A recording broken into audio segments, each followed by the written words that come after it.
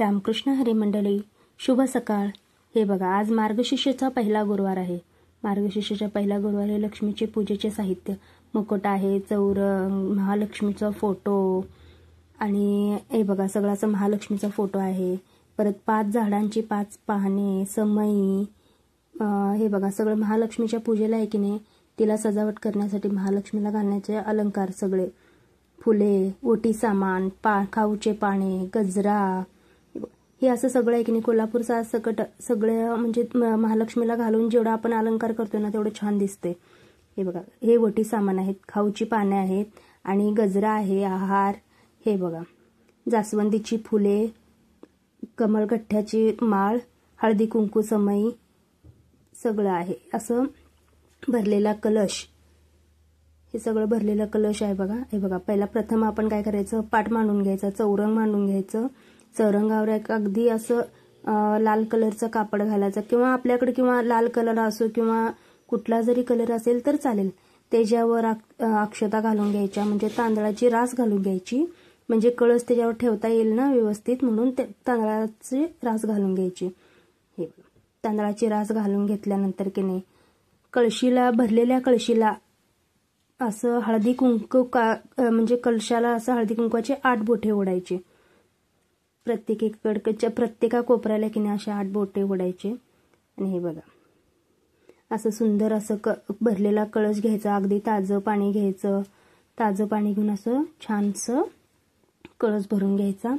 आणि हे बघा त्याच्यामध्ये त्या ठिकाणी हळदी त्याच्यावर नंतर हळद पण लावायचं बरं का, हळद लावून घ्यायचं। त्याच्यानंतर हळदी कुंकू वगैरे सगळं घेऊन पूजा करायची। आणि हे बघा, हे जे तांब्यात आहे की नाही भरलेल्या कळसामध्ये हळद, कुंकू, फुले, अक्षता, दुर्वा हे सगळं घालायचं। आणि पूजेला दुर्वा घालायला लागतात बरं का, पूजेला दुर्वा वगैरे सगळं असं घालून पूजा करायची असते। हे बघा, आता मी हळदी कुंकू वगैरे घालून घेतले आणि त्यात थोडीशा अक्षता टाकते, म्हणजे अक्षता सगळं पूर्ण पूजेचं असं हे होते। आणि ओम नमो महालक्ष्मी नमः असं म्हणून आहे की नाही कळस मांडायचा, पूजेचा कळस ठेवायचा। आणि त्याच्यानंतर आहे की नाही, हे बघा मी 5 झाडांचे म्हणजे 5 फळांचे 5 झाडांचे ठापे घेतलेले आहेत, कारण की मार्गशीर्ष ह्या गुरुवारमध्ये 5 विशेष म्हणजे 5 फळांचे 5 झाडांचे 5 ठापे लागतात। मग असं बघा मी त्याला हळदी कुंकू वगैरे घेऊन लावून पेरू, चिकू, सीताफळ, परत सगळे असे 5 झाडांचे 5 ठापे घेतले, आंब्याचं वगैरे असं घेतलेले आहेत। आणि हे असं पूजा षोडशोपचार पूजा मांडायचा असतोय। आता त्याच्यामध्ये बघा नारळाला हळदी कुंकू लावून घेऊन नारळ अगदी असं मधोमध नारळ ठेवून घ्यायचा छानसा असं। हे बघा कसं अगदी म्हणजे पूजा कसं वाटतोय ते सांगा बरं का मला कमेंटमध्ये।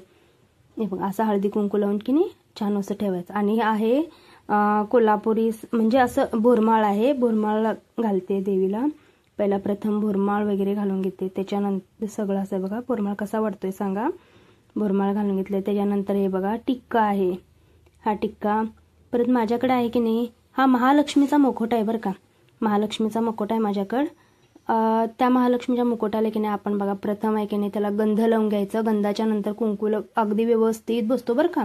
गंध म्हणजे फक्त गंध नाही आहे, त्यात चंदन पावडर वगैरे सगळं मिक्स केलेलं आहे, त्यामुळे ते असं छानसं हे बघा असं मळवट भरून घ्यायची देवीचं। आणि हा भंडारा कुंकू म्हणजे हळदी कुंकवाचा कुंकू जे असतोय ना ते कुंकू, त्या कुंकूना अगदी मळवट खूप छान बसतोय त्या देवीला। बघा असं मळवट भरून घ्यायचं आणि कोरून घ्यायचा मळवट छान, त्याच्या खाली मस्तपैकी गंध असं लावून त्याच्यावर हळद लावून घ्यायचं थोडंसं, म्हणजे हळदी कुंकवाचा मळवट भरायचा देवीला। बघा किती छान सुंदर असं मळवट बसलाय की नाही, हो हे बघा मस्त। आणि देवीला कानातले वगैरे सगळे घातलेले आहेत, तिला झुबे घातलेत कानातले देवीला। हे बघा असं प्रत्येक असं छान असं आलं, छान म्हणजे सजावट देवीला करायची। तिला हार, कोल्हापुरी साज घातलाय, परत बोरमाळ, मंगळसूत्र घातलेलं आहे आणि गजरा बरं का, हा सगळी फुले माझ्या दारातलीच आहेत मस्तपैकी। असं झाडाला प्रत्येक झाडाला एवढे छान छान फुले लागतात ना, भरपूर आबोलीची फुले वगैरे सगळे आहेत आणि गजऱ्याची आबोलीची फुले तर सगळं असं गजरा केलेला आम्ही सकाळी लवकर उठून। आता बघा विडा मांडून घेते, प्रत्येक 5 विड्यावर प्रत्येक एक असं ठेवून घेते, म्हणजे खारी, खोबरं, बदाम, हळकुंड, वगैरे सगळे. आणि विशेष म्हणजे की नाही, माझ्या झाडात आज फक्त 2च असं केळं पिकलेली बरं का.